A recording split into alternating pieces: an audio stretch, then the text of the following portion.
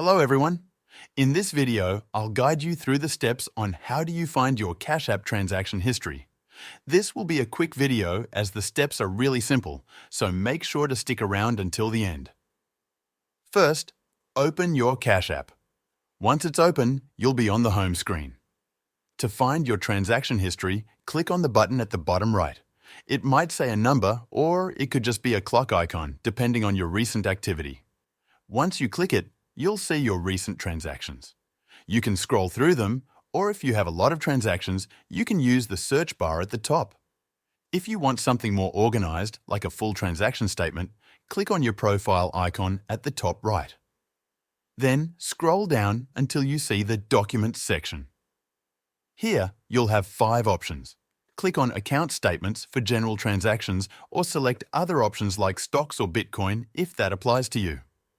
For instance, clicking Stocks lets you choose your tax documents or monthly statements.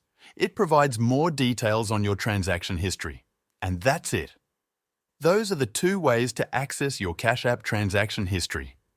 By the way, if you use the link in the description to sign up to Cash App, we will both get $5.